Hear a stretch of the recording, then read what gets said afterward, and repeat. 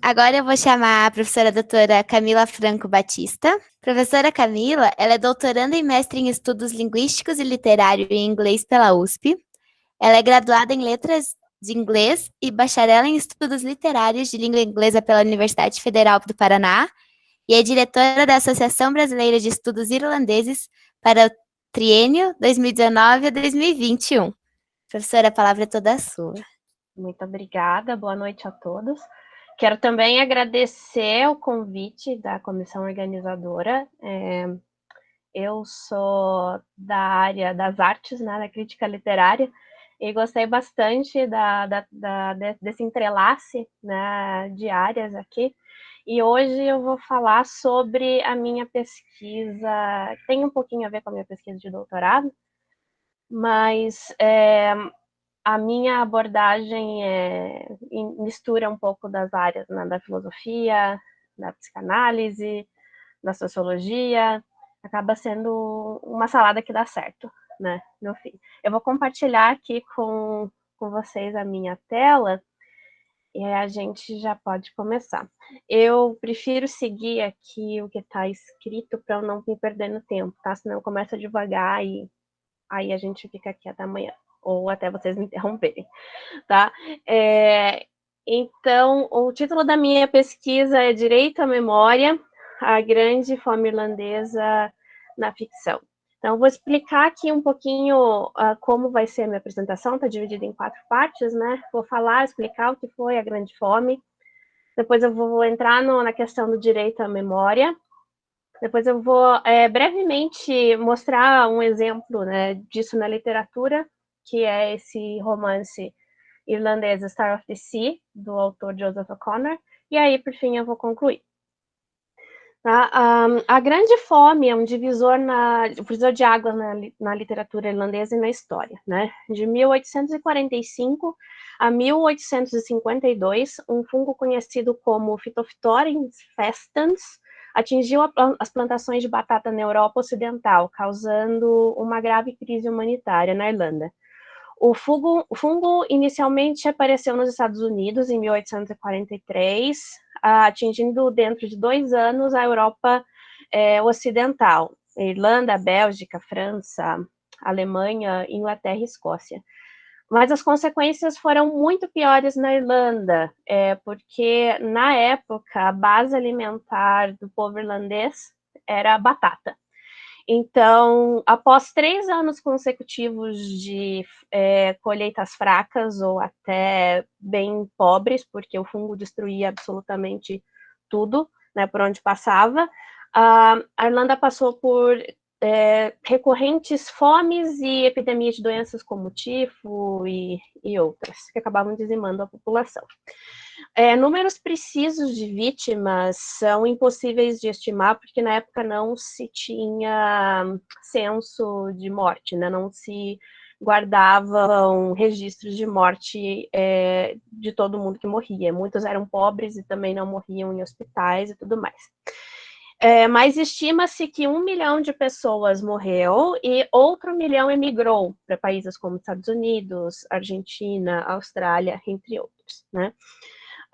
Embora a Irlanda não tenha sido o único país afetado pela doença da batata, de acordo com a historiadora Christine Keneally, o país foi o único a sofrer com fome. Então, os outros países não passaram por fome tão tremenda porque a base alimentar era outra, não era batata. A tragédia da fome transformou esse evento histórico num momento central, né, que, segundo o autor Frank Neal, assusta a psique nacional irlandesa até os dias atuais. Em 1997, um monumento em memória às vítimas da Grande Fome foi inaugurado em Dublin, né, às margens do rio Liffey, que é um rio que corta a cidade de Dublin, a capital da República da Irlanda. Um monumento composto por 7 estátuas esqueléticas, como vocês podem ver nas fotos, marcados por sofrimento e fome, foi instalado em direção ao mar, como se as estátuas estivessem caminhando em direção ao mar para sair da Irlanda, né, e ir para outros países, fugir do sofrimento. Né? Monumentos, em geral, são criados para preservar a memória de eventos históricos, né? A Grande Fome, por seu impacto, deveria ter seu monumento em Dublin, então em 1997 eles criaram esse monumento, e de fato não há apenas monumentos à Grande Fome na Irlanda, tem outros países do mundo para onde a diáspora irlandesa se direcionou. Durante a construção desse monumento tem algumas peculiaridades. Durante a construção, pessoas famosas, empresários, personalidades de TV, artistas e tudo mais, foram convidados a contribuir com esse monumento, com a taxa de 1.000 libras, para ter seu nome gravado nesse monumento em uma placa. Também foram convidados outras pessoas de outras partes do mundo que poderiam pagar 5.000 libras ou mais para ter seu nome gravado nesse monumento. As pessoas não precisariam ter relações com a Grande Fome, antepassados terem morrido ou nada assim. Apenas se elas quisessem contribuir, elas teriam o direito a ter seu nome gravado. Né? E de acordo com os idealizadores do monumento, elas teriam um lugar, teriam um nome gravado num lugar que muitos deixaram durante a Grande Fome. Então, nessa placa que eu estou mostrando para vocês agora, é uma reprodução do convite, então, que está dizendo que eles poderiam contribuir e que esse dinheiro seria usado em obras de caridade. Mas muitos críticos na época mostraram que esse fato de uma pessoa que não tem necessariamente a ver com a Grande Fome pagar para ter seu nome no monumento à Grande Fome era uma questão ambígua, podemos dizer até mesmo anacrônica, né? Então, o recado transmitido pelos organizadores, de acordo com esses críticos culturais irlandeses, parecia de que o passado irlandês realmente tinha sido complicado, sofrido, mas naquele momento que a Irlanda vivia um sucesso econômico muito grande, conhecido como Tigre Celta, então a Irlanda se tornou uma grande potência europeia, a realidade tinha mudado para melhor, então a gente poderia usar a história irlandesa para mostrar, olha de onde a gente saiu, nós éramos um país muito pobre, mas agora nós somos diferentes, nós somos uma potência e nós podemos pagar para ter o nosso nome inscrito na história, gravado para sempre, né? As vítimas da Grande Fome, por sua vez, elas ficariam representadas nas estátuas, mas continuariam sem nome. Quem teria o nome é aquela pessoa que poderia pagar. Um dos críticos irlandeses, o Fintan O'Toole, ele escreve que existimos agora em uma sociedade onde tudo, até a memória sagrada dos mortos, está à venda, onde não há nada, mesmo a horrível extinção de 1 milhão de pessoas destituídas, que não possa ser reivindicada pelos poderes constituídos, onde o poder da arte de evocar e trazer à mente o sofrimento de milhões de anônimos está, em última instância, a serviço daqueles que são considerados, em virtude de seu dinheiro e seu sucesso, como importantes, onde os miseráveis da terra não têm direito nem mesmo à sua miséria, mas devem entregá-la em troca de algumas libras doadas à caridade. Pois aí está você, imortalizado em bronze, seu nome costurado para sempre em um tributo de uma nação orgulhosa aos mortos anônimos. Fecha aspas.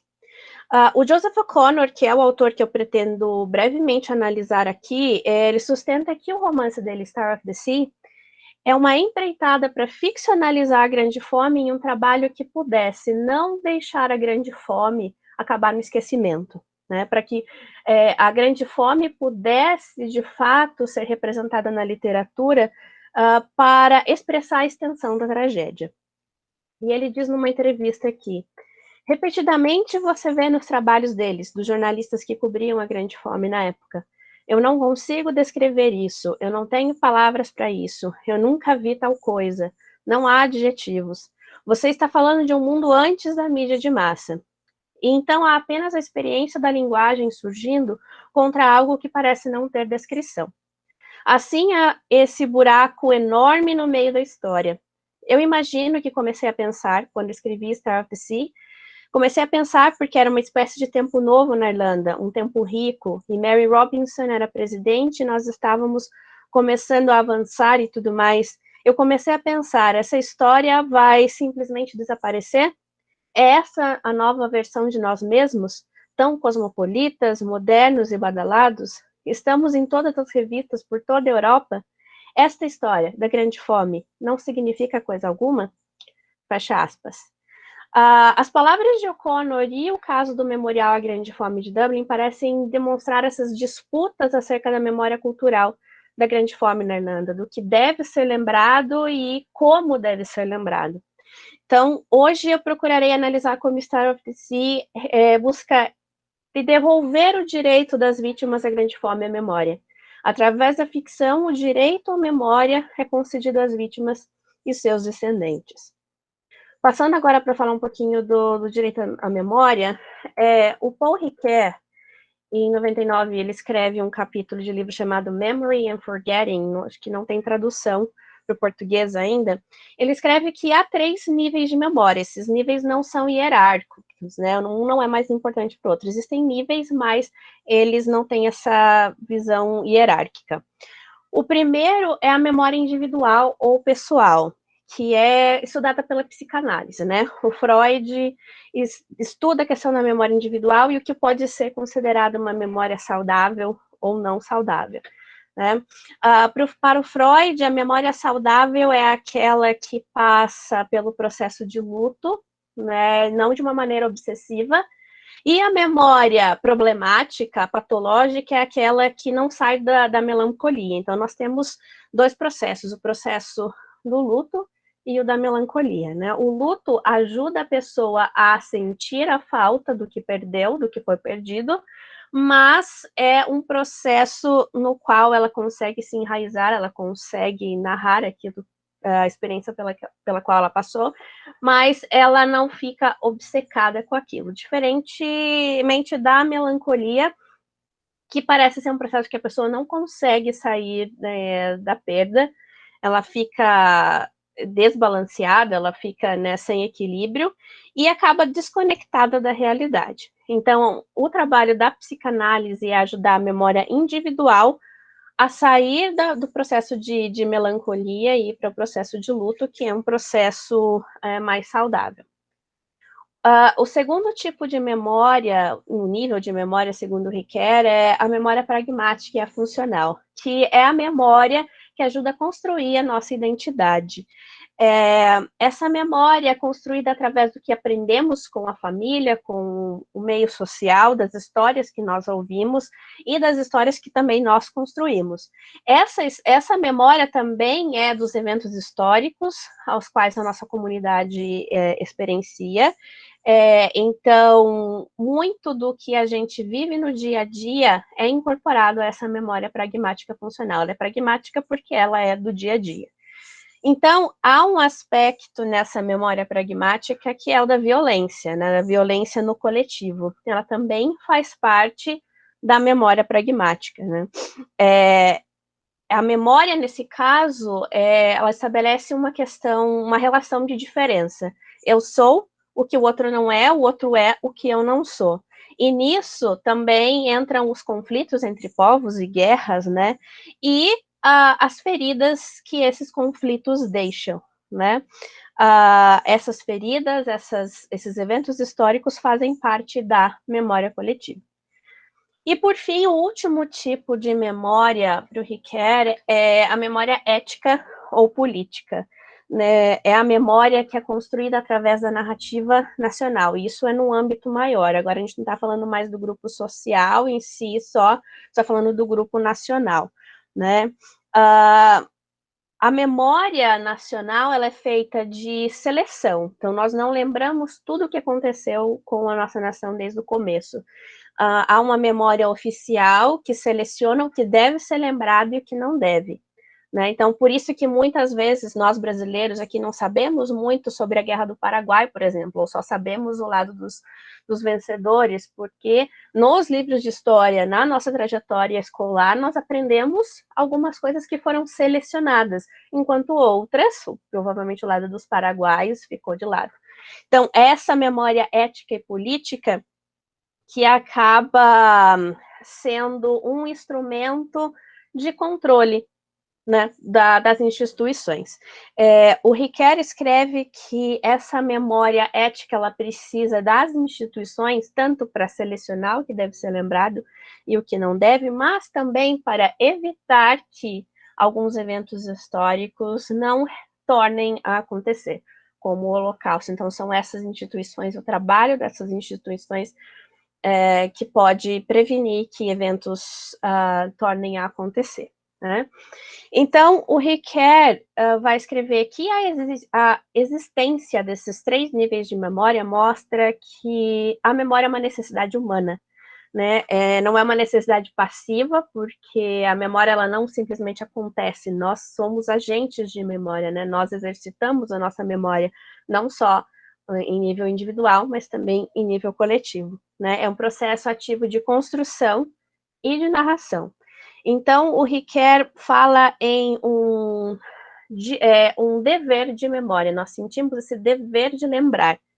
Mas a gente também quer dizer aqui que existe um dever de memória, um direito de memória nesse caso, porque, falando da Grande Fome novamente, as vítimas da Grande Fome têm esse direito de permanecer na memória coletiva. O historiador irlandês Kevin Whelan escreve que a memória é um suporte necessário contra a força aniquiladora do tempo e sua implacável erosão de traços históricos. É também uma função fundamentalmente humana, que, como Hannah Arendt nos lembra, torna possível a continuidade da ação diante da morte. O que nos permite continuar? A memória permite que nos libertemos das amarras do passado através da capacidade de perdoar. Fecha aspas. Uma tendência na Irlanda, que pode se ver também em outros países, que é uma tendência liberal, é uma tendência da necessidade de seguir em frente. Então, não vamos ficar lembrando do que aconteceu de ruim, vamos lembrar do que nós somos agora, vamos seguir em frente, vamos nos desligar do que aconteceu, porque nós precisamos mudar, chega de ficar falando de sofrimento, né? Na Irlanda, isso acontece muito com a Grande Fome e outros eventos mais recentes, né? Muito se fala em encerrar o passado, ir além dessas feridas, parar de falar de sofrimento e os traumas coletivos, mas essa postura de seguir em frente não faz justiça às vítimas, né? Porque nós não estamos conferindo a elas o direito de permanecer na memória. Simplesmente seguir em frente apaga a memória dos que morreram. Então, agora eu vou para falar do romance mesmo, né, Star of the Sea. Então, A Memória das Vítimas Anônimas. Star of the Sea, publicado em 2002, conta a história de um navio-caixão. E um navio-caixão, para quem é familiar com a história da escravidão, são aqueles navios que acabavam enchendo de gente em condições precárias, muitos acabavam morrendo sem chegar ao destino, então eram jogados ao mar, então eram navios em condições muito ruins. Então, Star of the Sea é um nome também do navio caixão que conduz viajantes irlandeses de Cobh, na Irlanda, para a América durante a Grande Fome. A trama é narrada por um autor implícito, o jornalista G. Grantley Dixon, do New York Times, que escreve um romance dentro do romance intitulado An American Abroad, para contar a história do assassinato de um fazendeiro anglo-irlandês chamado David Meredith, pelas mãos do camponês irlandês Pius Mulvey, a bordo do Star of the Sea. O romance é estruturado como uma obra de ficção criminal vitoriana, com a colagem de artigos de jornal, ilustrações, cartas, trechos de obras de época e entre outras fontes. O uso de diversos gêneros textuais para mostrar a história do romance favorece a expressão das múltiplas experiências e opiniões dos que viveram a Grande Fome. A pluralidade de vozes no romance vai além. A experiência da fome, destituição e diáspora é apresentada através dos pontos de vista das personagens centrais do romance. O Pius Mulvey, que é um camponês, o Grantley Dixon, um jornalista, David Meredith, que é o fazendeiro anglo-irlandês, a Mary Duane, que é a babá dos filhos do David Meredith, e o capitão do navio Lockwood. O narrador, exercendo a onisciência seletiva múltipla, descreve as experiências e as percepções a partir dos pontos de vista dessas personagens. O autor implícito, por vezes, também cola escritos de algumas personagens, como o artigo de opinião escrito por Dixon no capítulo 3, a carta-denúncia da Mary no capítulo 18, entre outros. Então, ele acaba montando o que o Bakhtin chama de convenção composicional. São todos os elementos da narrativa que acabam formando o todo, que é o objetivo que ele queria alcançar. Para Bakhtin, o gênero romanesco é sempre polifônico, pois tem a capacidade de incorporar a palavra do outro e, assim, criar uma relação entre as vozes. O romance revela uma habilidade sem igual de agregar diferentes linguagens que são, de fato, ideologias que demarcam classe social, localização, profissão e afiliações políticas. Em Star of the Sea, a forma e o conteúdo revelam, de um lado, a multiplicidade de vozes e ideologias, e de outro, a heteroglossia, como um processo contra o silenciamento contemporâneo das vítimas da Grande Fome, assim como o uso de experiências para demonstrar como a sociedade do tigre celta é rica e distante da penúria das décadas passadas. O romance clama pela preservação da memória daqueles que não têm nome, que não figuram nos registros ou nos livros de história, que por não serem pessoas de distinção, morreram na Irlanda ou a caminho do Novo Mundo e caíram no esquecimento. A experiência do pobre irlandês faminto e forçado a emigrar é apresentada nos excertos de cartas reais que imigrantes e seus familiares trocam e que o autor inclui no romance. Nelas, os pedidos de socorro e as narrativas da experiência na América são contados no dialeto irlandês, o que busca sugerir aqui a deixar em evidência as vítimas da fome. Em um dos excertos, o autor ou autora da carta descreve a experiência de não ter uma casa, provavelmente por ter sido despejado pelo senhorio por não poder pagar o aluguel após várias colheitas sem sucesso, e a necessidade de mendigar. Então, em linguagem coloquial, a carta diz assim: nós estamos sem um lugar para recostar a cabeça, e hoje a gente está sem nada para comer. Eu tinha morrido faz tempo, se não fosse por 2 vizinhos, que às vezes me dá um pouco de comida, graças a Deus, mas eu nunca pensei que chegava a minha vez de mendigar. Então, é uma carta verdadeira, que foi enviada para um imigrante na América. O uso de textos com marca de oralidade, como se fossem transcritos tal qual pessoas reais falavam da época da Grande Fome, demonstra o que Bakhtin caracteriza como escasso, que é o discurso oral, o que permite trazer a narrativa ao narrador oral, que, segundo Bakhtin, é quase sempre das classes mais baixas. A estratégia de incluir o discurso oral possibilita ao narrador criar uma identidade comum com as personagens de outras classes sociais, e assim assumir o papel de porta-voz delas através do discurso literário. Se durante a Grande Fome os relatos dessas pessoas não eram ouvidos, o narrador de Star of the Sea assume a responsabilidade de apresentar ao leitor contemporâneo as palavras das vítimas. O romance também cita cartas fictícias, como a escrita em irlandês e traduzida no romance pelo marido de Mary Duane, essa carta é ficcional, na qual ele narra as tentativas de obter ajuda de seu senhorio e anuncia a difícil decisão de matar a filha do casal e cometer suicídio. Ao irlandês afetado pela fome, faltam palavras. Ele diz: mas testemunhar os sofrimentos das criancinhas, ouvir os sons que eles emitem em sua agonia, eu não consigo descrever. Isso nunca poderá ser descrito, Mary. Fecha aspas. A terra arrasada do interior da Irlanda é descrita com muita escuridão, sofrimento e desolação. A cidade era uma visão horrível, eu nunca poderia esquecer-me, com uma multidão de quase mortos e chorosos enquanto caminhavam pelas ruas. Pior ainda, ver aqueles aos quais até chorar consistia muito esforço, sentados no chão gelado para baixar a cabeça e morrer, grande parte da sua vitalidade já esgotada. Vi John Furry de Rosaville e pensei que ele estivesse dormindo, mas estava morto. E ver aquele homem forte no passado, que podia levantar uma sebe da terra com sua poderosa mão esquerda, agora deitado tão inerte, foi uma coisa terrível. Fecha aspas. O sofrimento do marido de Mary Duane é para ele causado não só pelo senhorio inglês, mas também pelos irlandeses gananciosos, os comerciantes irlandeses com seu olho ganancioso em qualquer ácaro que puderem espremer de seus miseráveis compatriotas. Fecha aspas. A expressão da perspectiva do camponês de Connemara, também atingido pela fome, é enfatizada ao longo de todo o romance, que adota uma posição de denúncia sobre o silêncio imposto às vítimas por serem pobres.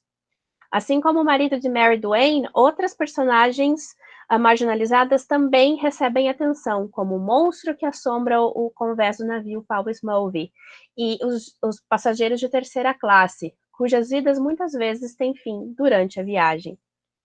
Em seu epílogo, o narrador Grantley Dixon explica: o que aconteceu é uma das razões pelas quais eles ainda morrem hoje, pois os mortos não morrem naquele país atormentado, aquela ilha desolada de ódios incestuosos, tão abusada há séculos pelos poderosos da ilha vizinha, assim como os poderosos de sua própria ilha. E os pobres de ambas as ilhas morreram em profusão enquanto o Javé dos castigos vomitava seus hinos. Bandeiras tremulavam e os púlpitos ressoavam, em Ypres, em Galípoli, em Belfast. As trombetas vomitam e os pobres morrem. Ainda assim eles caminham, os mortos, e sempre vão caminhar, não como fantasmas, mas como soldados forçados, recrutados para uma batalha que não é sua. Seu sofrimento metaforizado, sua própria existência traduzida, seus olhos enfiados na lama da propaganda. Eles nem mesmo têm nomes. Eles são simplesmente os mortos. Você pode fazê-los significar o que quiser. Fecha aspas. Em outras palavras, para Dixon, o fato de que milhares morreram durante os anos da fome não pode ser contestado. No entanto, as vítimas anônimas foram e são usadas como propaganda, e por serem pobres, sua memória é manipulável. Star of the Sea mostra, assim, que o que se lembra sobre a Grande Fome e suas vítimas pode servir para narrativas nacionalistas, anti-imperialistas, revisionistas ou pós-revisionistas, como nós vimos no caso do Monumento. As questões centrais do romance, como afirma o próprio Dixon no epílogo, são: quem conta a história? Qual a sua audiência? O que se pretende com isso? É possível preservar a memória das vítimas, uma vez que elas foram esquecidas pela história? A memória em ação no romance serve aos propósitos de mostrar a possibilidade de utilizar as narrativas populares e a tradição popular para devolver às vítimas seu direito a permanecer na memória cultural. É isso, muito obrigada.